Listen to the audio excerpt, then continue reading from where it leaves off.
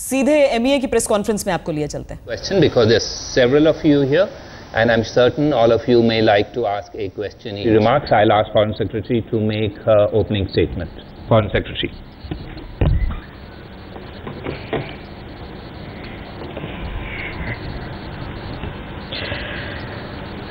Prime Minister Narendra Modi today had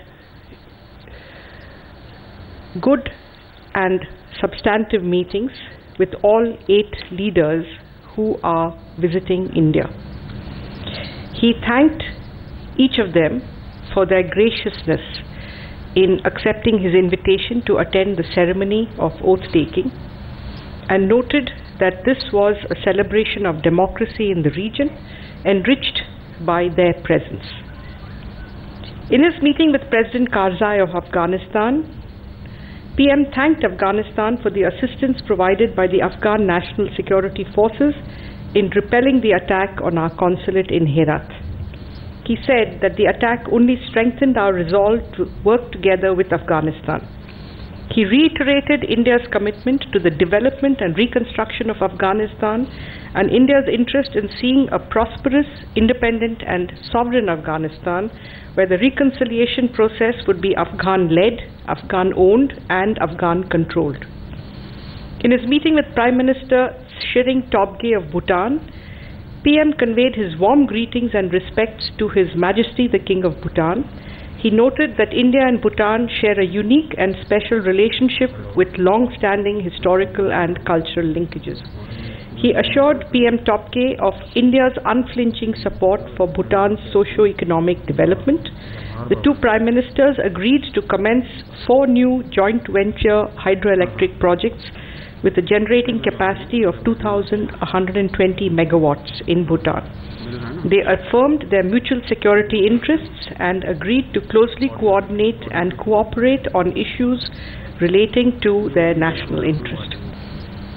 Prime Minister conveyed to President Abdullah Yameen of Maldives the high importance attached by India to its relations with the Maldives and pledged to work towards further enhancing bilateral cooperation.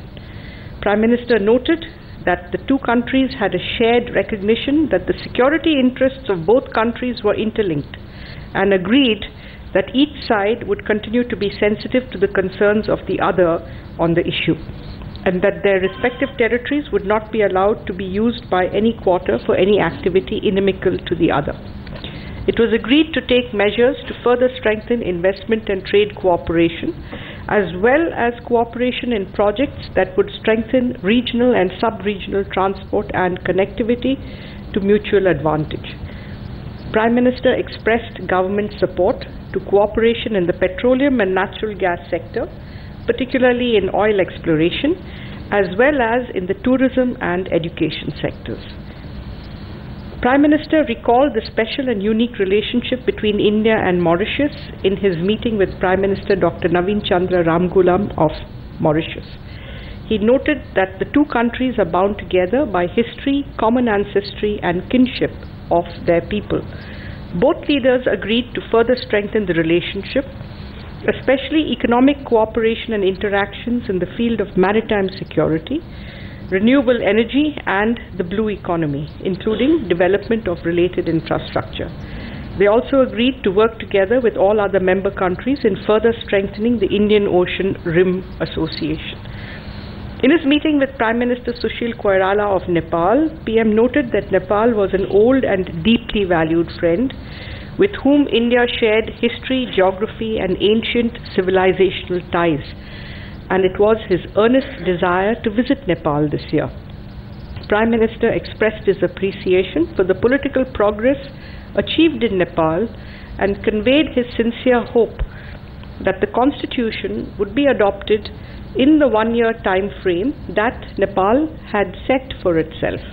He expressed his determination to further strengthen connectivity and economic interlinkages between India and Nepal, including through projects for rail and road connectivity. PM stressed the importance of expediting implementation of these projects, and particularly projects in the hydropower and transmission sectors. He thanked Nepal for the ongoing security cooperation between law enforcement agencies on both sides, which both sides are resolved to strengthen.